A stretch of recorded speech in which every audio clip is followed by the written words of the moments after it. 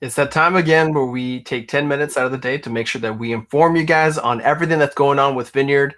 I know that a lot of times not being able to come together since we don't have a location, it makes decimating information, communicating information a lot harder. So we want to make sure that we have the information updated for you guys every Monday. We're going to get on and we're just going to tell you a little bit about what's going on. And the first thing we want to talk about what's going on is this amazing women's study. If you, Jose, have you joined it by any chance? The women's. Because we can't.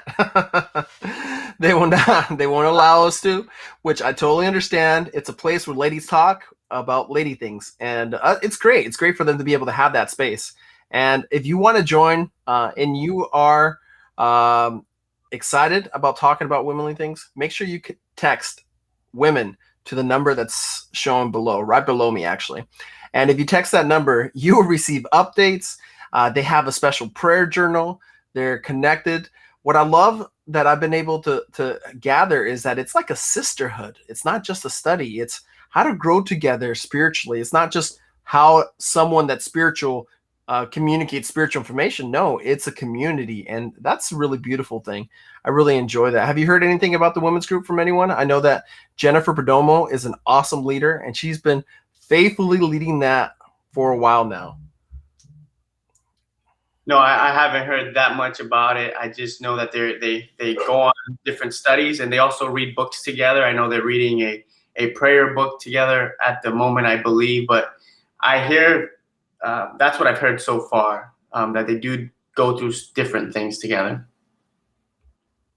Yeah, that's pretty awesome. And I mean, they've done different things. She's taught them how to go through things and how to study the Bible. She's gone over the three L's, which maybe one day we'll go over on here. The three L's on Bible study. There are pillars of Bible study, so that's pretty important. And she's doing a great job.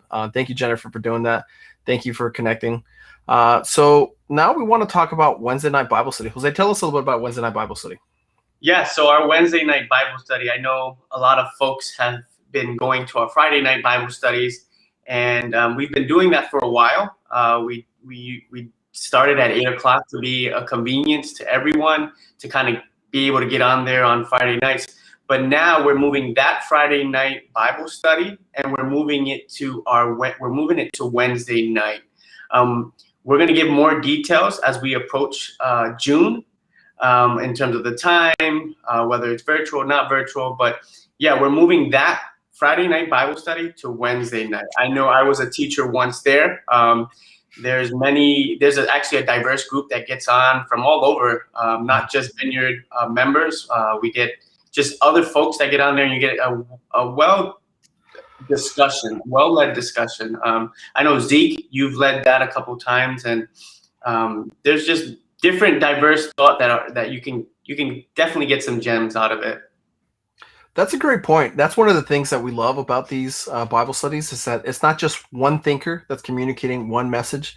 You get a multifaceted approach because there's lots of teachers that are joining into this, and they really encourage discussion. So I really appreciate that. Appreciate all the support and help. I know Jose teaches. We even have an official scientist teach, Thompson Paris, Dr. Thompson Paris, who is actually a professor at a university, and he's got his PhD and honestly don't know how to pronounce whatever field in science that he does, but I know that he has in bug research. So it's pretty awesome to be able to have such intelligent, brilliant minds. Jose has an accountant. We have Taylor, who has a brilliant business mind. It's just a lot of different perspectives. You don't just get a perspective from a pastor, which is something that's really great. We're really happy about that. The other thing that we want to really encourage you to do is that we're not in person, but we're still taking prayer requests. How can you connect with us for these prayer requests? It's easy. You don't have to text a word or anything like that. You literally just text your prayer request to this number below. Only me and one other leader has access to this, Jennifer Perdomo. So both of us gather these prayer requests, and we make sure we pray for you guys. You let us know whether it's something that's private that you just want to keep between us, or if you want us to make sure that we give it to the church, that the church prays.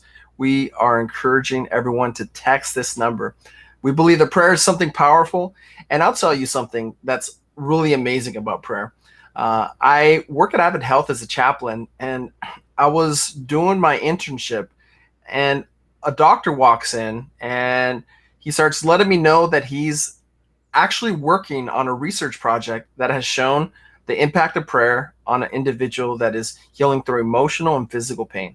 It's pretty amazing stuff. He said that as a doctor, he sees evidence of how it impacts individuals, and it helps them both psychologically and physically. It's pretty amazing. So we truly believe in prayer, and we want to encourage you to make sure that you pray. Yeah,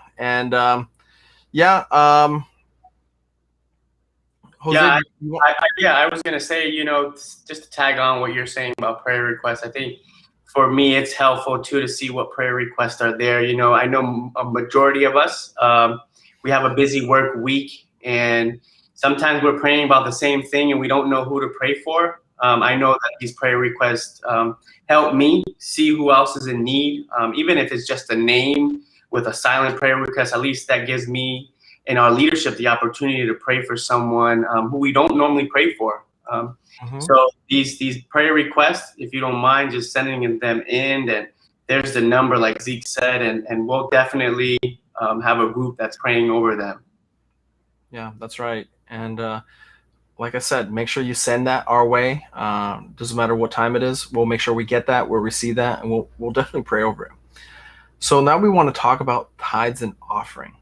The reason that tithes and offerings is important right now is because giving overall has been down, not just in Vineyard, but overall as a church. So the gospel moves forward through giving. And the most amazing thing is that, we've been talking about, Jose, about finding a spot, and we've narrowed down a spot, haven't we? Yeah, We we still have have. to work out some of the details. We have to get that together with the board, make sure that we're all on the same page, making sure that we truly believe that this is where Jesus is leading us. And then if this is the spot that we go for, we are going to have to do some renovations. It's not going to be a spot that we'll give all the details, all the ins and outs, but I'm really excited about this particular location. It could be as early as next month or the month past that, but we're going to start raising some money for this. So if you want to start donating and putting in the notes that it's for our renovation project, if this place works out, or wherever place we go to, we'll make sure we use that for that specific cause. And even outside of that, we're going to make sure that we gather all new tools together for audio and visual. We're going to make sure that our whole new AV system is set up for those that still feel like they need to be at home because they're not particularly safe going out into groups yet. Maybe they're autoimmune compromised and they're still struggling, and the vaccine is probably not as effective with them. We want to make sure that you still have a spot with us because we truly care about you and your safety. So we're going to make sure we have that all set up. And that's kind of where the money's going to also, not just the renovations, but making sure that we get the best audio equipment. And if you've been watching Vineyard, whenever we've had at different locations, you know that that's been a struggle for us. And the reason is because we're using a lot of old equipment, a lot of great equipment that has worked well for us when we're in person, but not always the best for us whenever we're online. So because things have shifted and ministry has shifted, we want to make sure that we go online. Now we got time is kind of ticking, but we want to make sure we talk about something super important. Communion Sabbath. We haven't done communion in person for a while, and we're actually going to do this one in person. So if you want to make sure that you receive the updates for this, you have to text the word welcome to 407-708-9671. It's the same number that we've been having. And Jose, what are we going to do about the foot washing? What are we going to do about that? Yeah, so I think we were talking about having the foot washing, everyone kind of do it at their home or do it right after. Just because of COVID, we want to make sure that I know things have become more lenient within the state, but we still want to take the necessary precautions to make sure that everyone is safe and feels safe, and we don't want to take that away from anyone either. So we're going to probably ask people to do it at home or do it right before. And if you want to do it with a friend, just call them over. I mean, that's even a more intimate. Call them over and say, hey, let's do this. But we're definitely going to be having you guys partake in that on your own.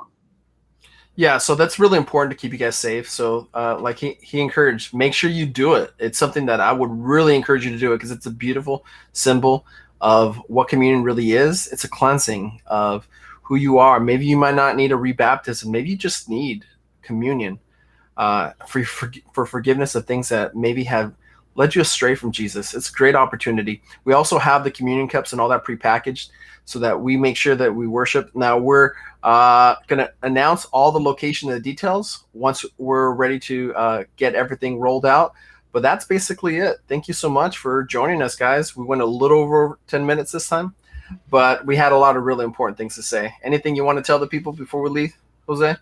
No, just know that we're still having an in-person communion, just with the drink and the bread. We'll still be breaking bread. Yes. And if you want to rewind that video a little bit, you go get that number and text the word welcome, and we'll make sure you get that information. Thanks, guys. I hope you guys have a great week, and I'll be looking forward to seeing you guys at communion, because it's such an important thing to do in person, and we'll make sure we get you all those details. Just make sure you roll the video back a little bit and you text that number that we have on the screen. So I hope you guys have a great week. Take care, and God bless, guys.